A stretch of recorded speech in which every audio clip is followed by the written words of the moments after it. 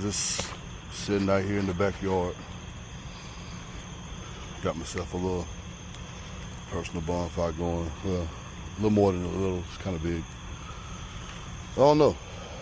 Just taking the time to reflect on life and those that mean so much to me, and the things that I've concentrated on over the years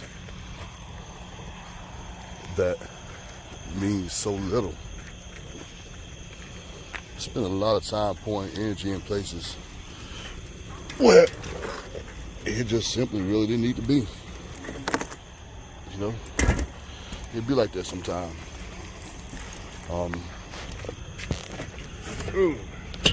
Goodbye. Yeah, it'd be like that sometimes. We think we headed in the right direction, and this is what we should be doing, and that we are really, really appreciated for our efforts. Only to wake up to realize that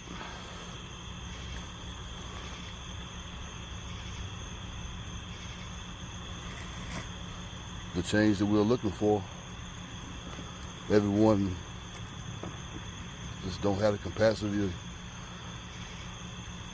to give or to offer. Not everyone gives the same effort that we give in the things that means the world to us.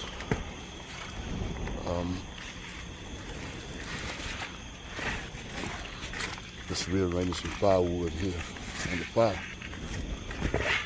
Yeah, everybody don't get the same effort.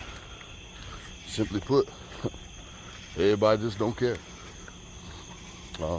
As much as we like for them to, as much as we oftentimes fool ourselves into believing that they do, the truth remains. They simply don't. You know?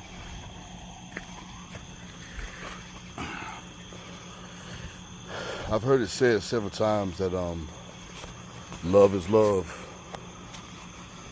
That we get out of life what we put into it. And for a long time, I really believed that. I really, really believed that. Until life showed me the truth. The truth is, bad things really do happen to good people. That's life. Poverty, that's life.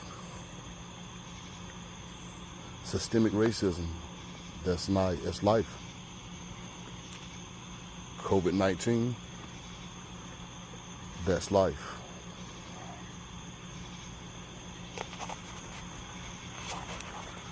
Agreeing to disagree, that's life.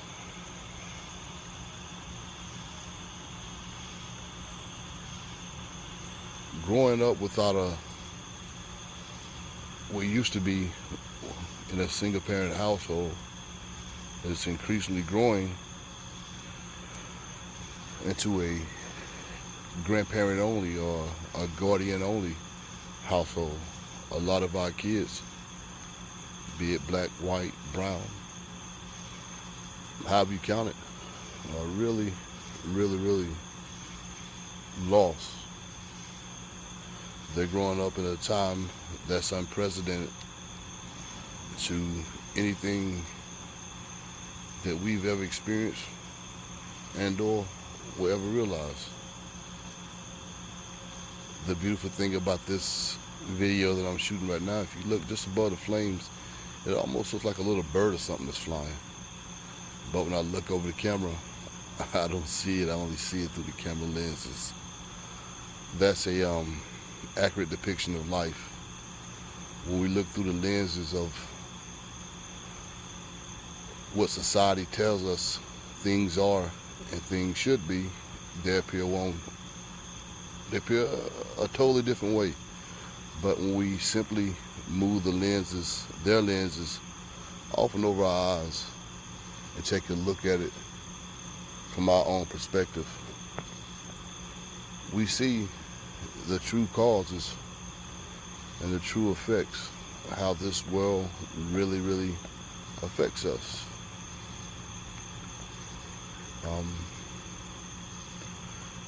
Being a man of color, a black man in America, I've been taught that I was a part of the minority. And for a while, I really believed that. But I'm going to tell you something. In 2020, the minority is shifting. It's more or less the have and the have-nots. So whether you're black, white, brown, or whatever you consider yourself to be, if you're a part of the poverty, the lower class, the extreme lower class, the lower middle class, then societal wise, you're part of the problem.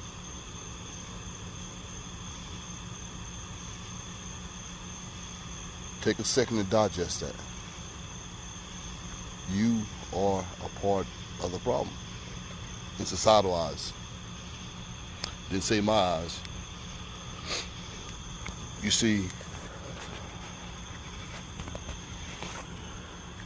when we are focusing singularly on Black Lives Matter, and I am a total supporter of the Black Lives Matter movement. It shouldn't take anything so horrific as the things that's happening in this nation to get us to this point. But the sad truth is there's always growth through pain. Not to get on my soapbox and really get off topic here, but to my brown brothers and sisters, my white brothers and sisters who are living in poverty, welcome to the struggle. Welcome to the struggle. I had one of my dear former co-workers tell me once upon a time when we were discussing the kid, I said, well, that's just not fair. It's not fair how the system is built and not supporting this kid. She said, well, Daniel, if you're looking for fair, the fair comes in October and November to your local county or your state. You got the state fair and you got the county fair.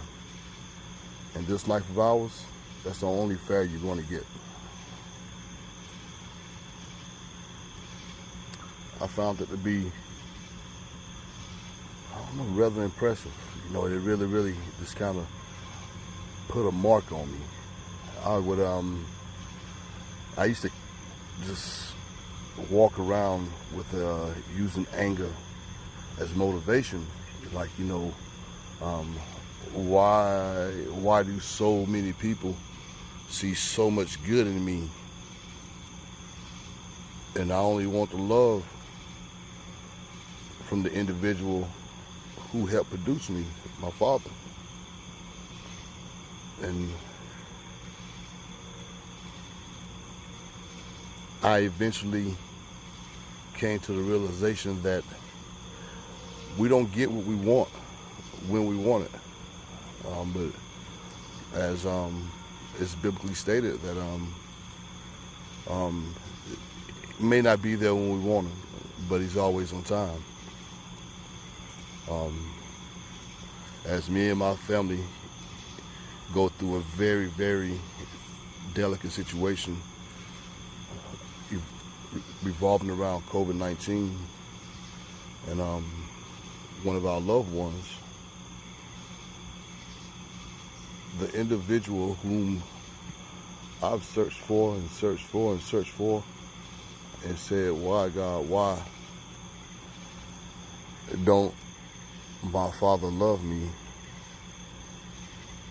the way that I feel he should. This very man, when I reached out to him, has been nothing but phenomenal. And the one time I need him most, he's been absolutely nothing but phenomenal. You see, but it took me having a forgiving heart to get to this point. And oh yeah, by the way, I held so much spite and animosity over him for so many years, just to finally hear the truth. And the truth was, and the truth still is, he's not my biological father. He's always known that. But as of lately, instead of harping on the fact that he's not my biological father, he's harped on the fact that how much he loved me, how much he wishes I was his son. He told me once, he said, after he told me that, no son, I'm not your biological father. And I've always known this your entire life.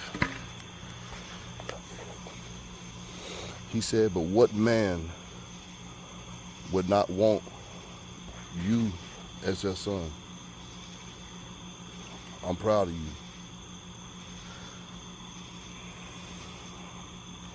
They gave me a need to pause. My uncle Lawrence, he always asked me several times what was my christening moment, that one moment in my life where the way I saw things and the way I viewed things changed.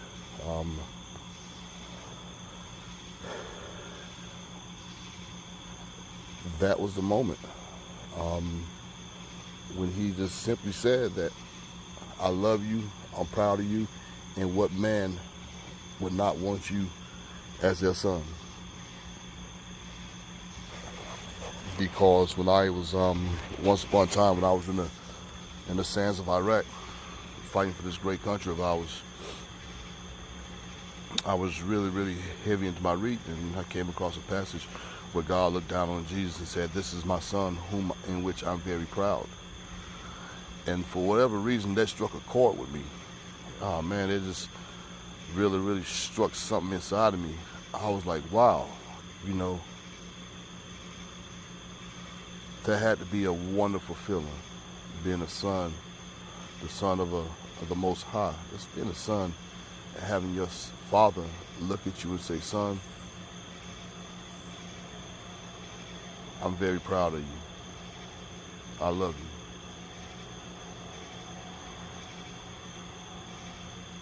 It's the small things that brings about validation in our lives. So I make sure that I tell my son regularly how much I love him and how much I'm very proud of him. I tell all my kids how much I love him, how I'm very, very proud of him.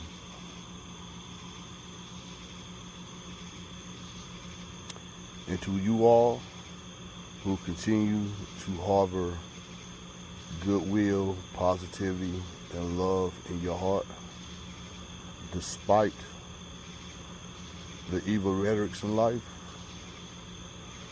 I tell you, I'm very proud of you. And this is something that I continuously try to emulate in my life. If there's anything I ever done to wrong you, make you feel as if you didn't matter, or as if I didn't have time for you, or make you feel anything but love and positivity, I humbly ask that you accept my apology this evening, because I apologize from the bottom of my heart. To you who've had the opportunity to share this journey called life with me, and continue to share this journey called life with me, and you feel the love, I thank you for being a part of it. I've been so blessed to live life amongst so many people from so many areas, from so many walks of life, with so many different perspectives. Perspectives that's oftentimes collided in conflict with my beliefs and my perspectives. It brought about growth. And I thank you for being true to yourself and representing who you are.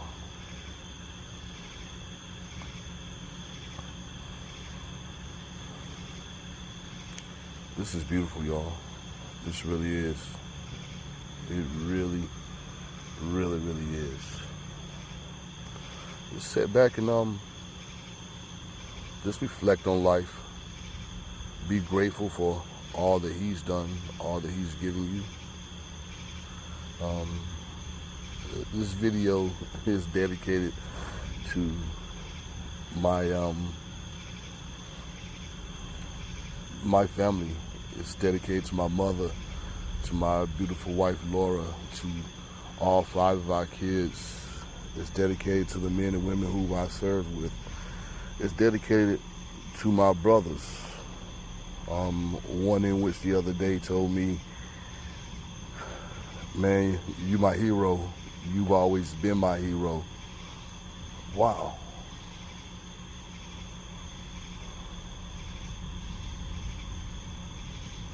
Amazing. Simply amazing. Simply amazing to have your younger brothers tell you that you're his hero. You know? To all the men and women that stood in the gap and filled it with love and positivity when I felt like I was lacking, I'm a direct representation of you. I am. And I strive daily to make you proud.